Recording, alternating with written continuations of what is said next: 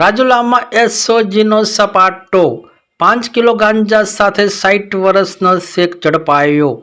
2.50 લાખનો મુદ્દામાલ જપ્ત। ગુજરાત રાજ્યને નશામુક્ત બનાવવાના અભિયાન અંતર્ગત અમરેલી એસઓજી ટીમે રાજુલામાં મોટી કાર્યવાહી કરી છે।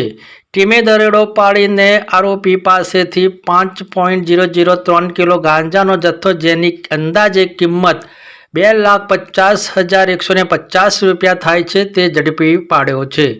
પકડાયેલ આરોપીનું નામ મથુરભાઈ દયાભાઈ વરિયાર, ઉંમર વર્ષ 60, ધંધો મજૂરી, રહે રાજુલા સાવરકુંડલા બાયપાસ રોડ, બીડી કામદાર વિસ્તાર છે। પોલીસની ટીમે આરોપીને પકડી પાડી આગળની કાયદેસરની કાર્યવાહી હાથ ધરવામાં આવી છે। પોલીસની અપીલ છે કે યુવાધનને બરબાદ કરનાર નશાના સોદાગરોને છોડવામાં આવશે નહીં। વિશેષ રિપોર્ટ સંજય વાઘેલા, અમરેલી જિલ્લા બ્યુરો ચીફ।